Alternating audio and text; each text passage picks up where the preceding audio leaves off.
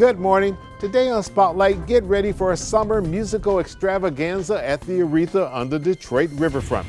Who's on the entertainment lineup this year, and how is this amphitheater giving back to Michigan's largest city? We'll ask Shaida Mausi, President and CEO of The Right Productions, and Linda Little, President and CEO of the Neighborhood Services Organization.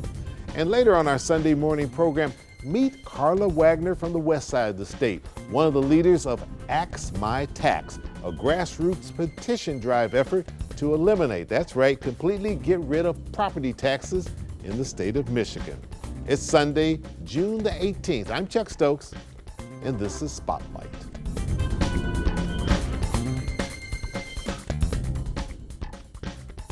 Let's start with June being Black Music Month. Yes. Okay. How you gonna celebrate it? Well, we've got a lot going on all the time at the Aretha.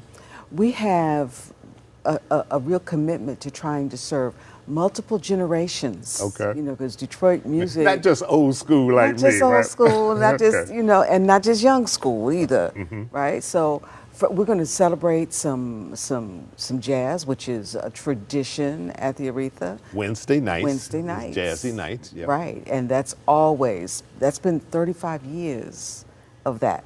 The Aretha is going to celebrate some hip hop this year too. Okay, all right. It's the Well, we've got a 50th big anniversary. Hip hop's 50th anniversary. Can you believe it? You know, it's hard to believe. You know, and unfortunately, I can believe. I can go back that way. But in 1973 is when it all began. Did you have any idea that hip hop would integrate itself into the culture of this country the way it has? Well, but you know, it came out of the culture. When I think about the Sugar Hill Gang and some of the early practitioners, if you will, of the genre, the roots of it came from the culture. So it just took a new form. Right. So yeah, it's of us, and it's celebrating that. We've got Southern hip hop on the 24th, and then we've got classic, you know, more broadly, demographically, geographically. I love all these euphemisms. Yeah, for the other part of the crowd. But yeah, it's because you have two concerts coming up. We do. Two Saturdays back to back, and so people can kind of pick which one, or they can go to both. Yes. But it is kind of a difference between the two, but it's all hip hop. It's all hip hop. Yeah. And just come have a ball. And we've been blessed to now have managed and operated the Aretha Franklin Amphitheater, formerly Shane Park, for 20 years.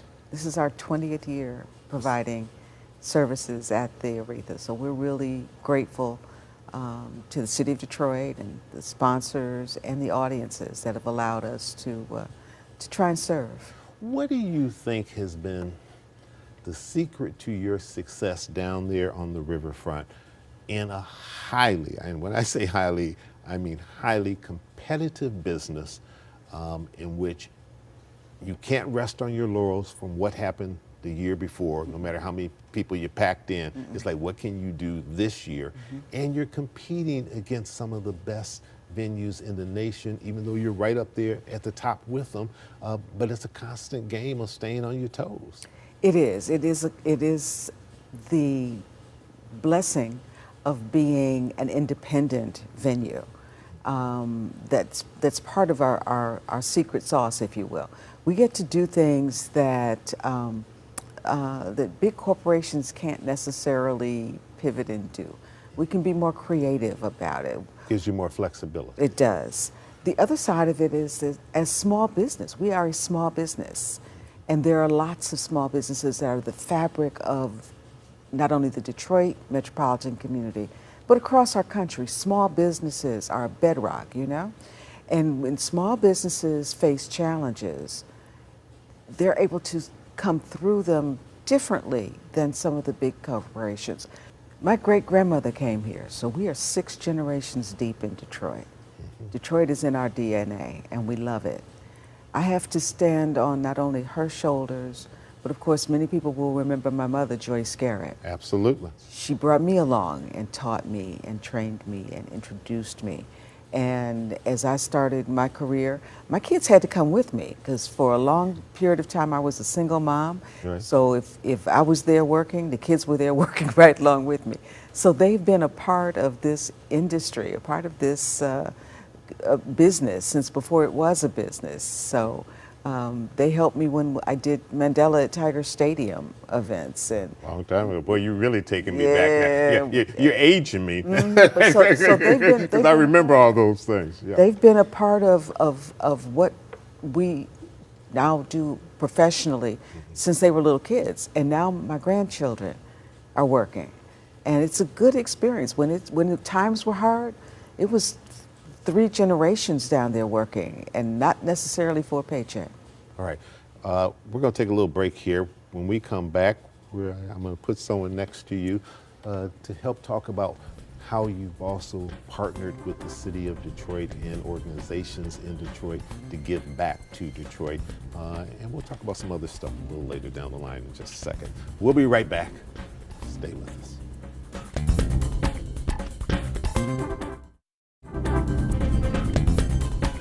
And welcome back to Spotlight. Joining me now, along with Miss Mayusi, is Linda Little. She is president and CEO of the Neighborhood Service Organization, better known as NSO. Yes. Welcome to Spotlight.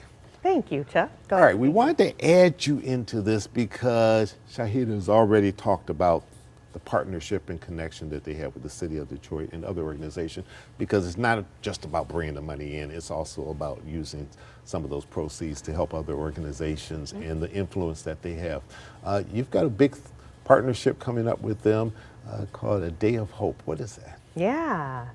So yes, we have the Community of Hope, which includes the Concert of Hope, which is 2 nights, July 28th and 29th. At the Aretha. At the Aretha, Okay. bringing Maxwell and Tamia. And then the Day of Hope, as you mentioned, is Sunday, July 30th, which is a community event open for everyone to come together. And You got some big headliners there. we do. And so we want to invite everyone to come out and celebrate the opportunity of the community coming together to support the underserved communities that we serve at NSO. And tell us what NSO does. I know, but a lot of people out there are not familiar with it. So a Neighborhood Service Organization has been around 68 years serving metropolitan Detroit, so since 1955. And we bring integrated healthcare, housing, and community wraparound supports for underserved populations, ranging from children with intellectual and developmental disabilities to seniors and everything in between. We want to have panel discussions at the Day of Hope to let the community know about the situation we're in Detroit. We're on the brink of a housing crisis. And there's some solutions. There's a lot of people working together to bring solutions. The mayor just announced his Detroit Housing Initiative, and there's a lot of things that are happening. We want the community to be aware, but also how they can be involved. And then we want people who need services to come. We'll have on-site services ready for people. And then we'll have artists, gospel artists performing to inspire hope and let them know that the city is coming together to support the needs of the unhoused in our community. We're managing a city-owned facility. So it's a public-private, nonprofit partnership. So all the segments are coming together to work on an issue that is essential to be solved. This is a human need that's in our community, whether you're in the business community, government, or faith-based neighborhood organizations. We have people in our community who need help. And so we're coming together to do that. And Maxwell and Tamia have joined that effort because we asked them, you know, would you come and help us raise money And they said to yes. address the services? More than that, Linda, as a leader, has agreed to help us address the unhoused creative community, which has some specialized needs. I deal with artists from all over the world. Some of them are very successful financially, but they still have mental health challenges. Many of them have been homeless at some point in their lives. We all know the story of Kim, who Yes. was, Yeah. who was served through NSO. Look at them now. Yeah. So, but to support homeless and unhoused and other needs of the creative community is something that I am just so thrilled to be able to help champion, help fundraise, and really for Detroit to step forward as a beacon of, this can be an example for what happens around the country. This is a wonderful partnership. The city of Detroit has been a great partner with NSO, and you know, Shahida and I have known each other for 20+ years. All right, don't start dating So yourself. I know, right? I know, right? Because I'm only 10 and I just met both of you. Yes. So we hope that, you know, we can have more of this type of collaboration in public, private, nonprofit partnerships to help solve the issues of our community. All right, once again, remind people, when is the concert? July 28th and 29th is the Maxwell and Tamia concert. Our Day of Hope is that Sunday, July 30th. All right. And tickets are at Ticketmaster.com. Yes. Tickets. Thearetha.com, you can get the information. And if they want to know about NSO, they can go to nso-mi.org. All right, thank you so much. And when Spotlight returns, we'll talk to Carla Wagner, one of the leaders of a petition drive called Axe My Tax. We'll be right back.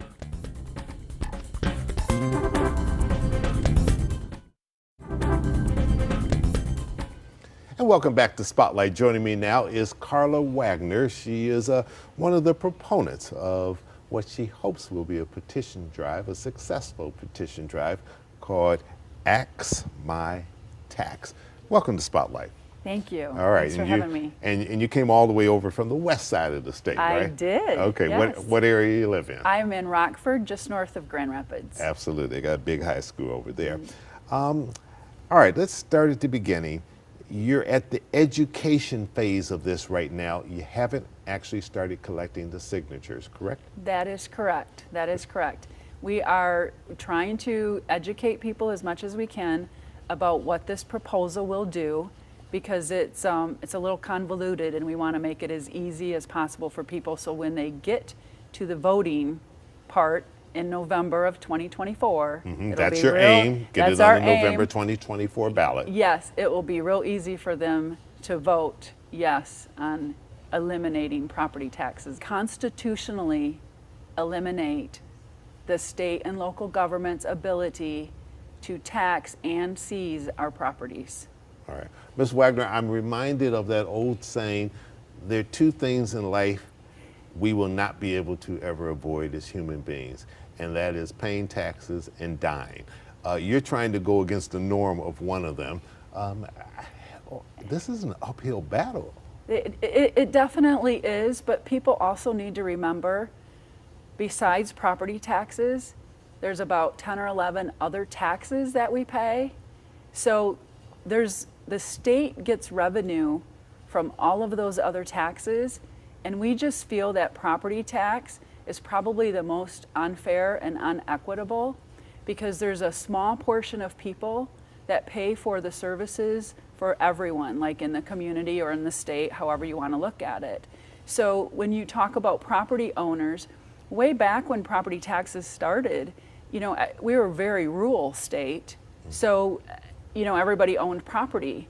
Now we are a state where we have about 30% of our people are renters and 70% are homeowners or property owners. But of that 70% that own property, maybe only 50% of them pay taxes, right? So like your government entities, your schools, your churches, your nonprofits, any of your nonprofits, they don't pay property taxes at all. Does it hit seniors and maybe rural farmers more disproportionately than any other sector of society, or do we not have those numbers? I don't really know if I have those numbers, but I would say that just because it's a tax lien and not a mortgage lien, a mortgage lien is when you owe the bank. Well, a lot of these people don't owe the bank anything anymore. They've owned their property for a long time, but they kind of keep having to pay rent in the form of a property tax to the government, you know, just to live there, right? For the services that are provided to them from the community or the township or the county. But the problem is that last year alone, we had almost 185,000 Michigan properties enter into a tax lien seizure process. If you owe a mortgage to a bank, they a lot of times pay your taxes as well, right? How many of us don't pay our tax bill to the bank, and Right. they pay Couple our, it all in exactly. together. But so the banks are watching that very closely because they know that a mortgage is superseded by a tax lien. So if they find out that you're not paying your tax bill, they're going to get worried about that, because you can be paying your mortgage, but if you don't pay your taxes, the government can come and take your home, and the mortgage company is secondary to that tax lien. Quick clarification before we go to the break. You want to completely eliminate property taxes. You aren't saying let's reduce them, let's put a cap on what municipalities or the government can charge. Get rid of it totally, yes or no? Get rid of it totally for everyone in the state, so the state would have no property tax whatsoever. We'll be right back. Stay with us.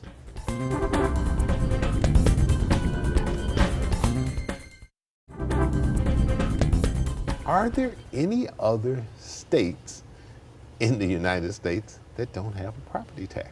There are not So currently. this would be the first if you're successful. If we're successful, we would be the first. There are a lot of states that have very little property tax compared to what we are. Michigan, depending on which report you look at, we are the 12th to 14th highest in the nation in the amount of property tax we pay. All right. Let's talk a little bit about this petition drive.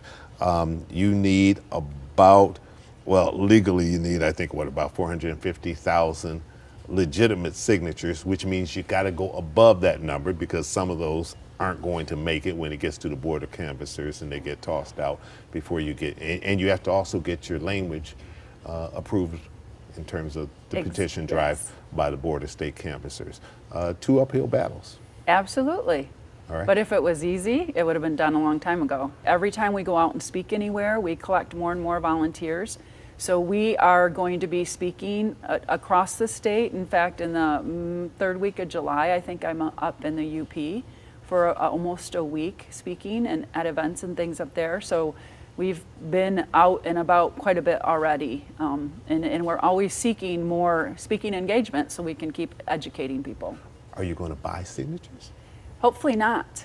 Hopefully, I don't know who to buy them makes- from. I don't know who to buy them from right now. Well, you're gonna. I'm talking about an organization that goes out Yes. and they do basically the work for you. I think we're going to try to do as many as we can with volunteers. I can't say that we're not going to, but of course we have to have the funding to be able to buy the signatures with. And I think that Do you have a big organization behind you bankrolling this? absolutely not. We've changed the language a little bit as we've talked to people, as we've talked to senators and House reps in Lansing, as we've talked to other groups of people, as we've talked to private citizens. They bring up questions. What's the main question you get from them? I would imagine they're going to say, well, what are you going to replace it with? Because that's revenue out of the state budget. And if there's one thing that they like in Lansing, if you're a sitting representative, you'd like to be able to say, I've got a budget, so I can get money here, there, all the different pet projects. Well, it's very curious because the number one question is, how are you going to fund police and fire? Yes, That's the very first question out of anybody's It was mouth. going to be my next question. Yep. And I'm not saying that just because we're eliminating property tax, that doesn't mean that we're not going to have to pay something, because we still are going to be getting services from our townships and our counties. Now the state. So you're not, part of the aim of this is not to defund No, we're not gonna our first responders. No, absolutely not. Absolutely not. But the state receives only 6 mills on our property taxes. They only receive a very small portion of our property taxes, and it goes into the school aid fund. We're not even going to look to replace that. It's a very small portion. It's about $2.5 billion of a $23 billion school aid fund. Our school aid fund is larger than 21 other states' total budgets. We have a problem. We have a spending problem in Lansing. Our current governor, we know that for corporations, she's been spending our tax dollars to buy jobs and corporations to come into Michigan. but she's giving away property tax. She's telling them you don't have to pay property tax for 30 years. You'll never pay property tax at all. She's giving huge property tax abatements to these corporations. But she's going to say, in order for Michigan to create jobs and to be competitive to Indiana and Illinois and other things, I've got to get these big corporations in here who can make these battery plants and other things, and I've got to give them an incentive to beat the incentive that they may be getting from another state. I understand that, but we don't have enough labor. Where are the laborers going to come from? We are so short on labor. I mean, I'm a small business person myself. Everybody I talk to, and you know, everywhere you go, there's help wanted signs everywhere. So where's the labor going to come from to fill all of these jobs that she's buying?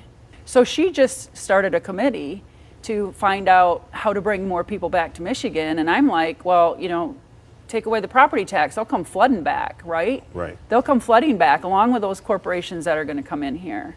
Real quick question. When you talk to the average person on the street and tell them about this, what's been the reception? They absolutely love it. Some of them aren't happy with the public library. Some of them aren't happy with the public school curriculum. Some of them aren't. Some of them say, I don't ever use those services. Why am I paying for them? Why do I have to pay for services I don't use when I can't put food on my family's table? Right? That's the problem. So we have, there, like I said, there are several other taxes out there. We don't think, there's no taxes that have to be increased. We don't have to do anything. It's just It's about priorities. It's priorities, cutting the budget and shifting some of that money back to the local governments where we live.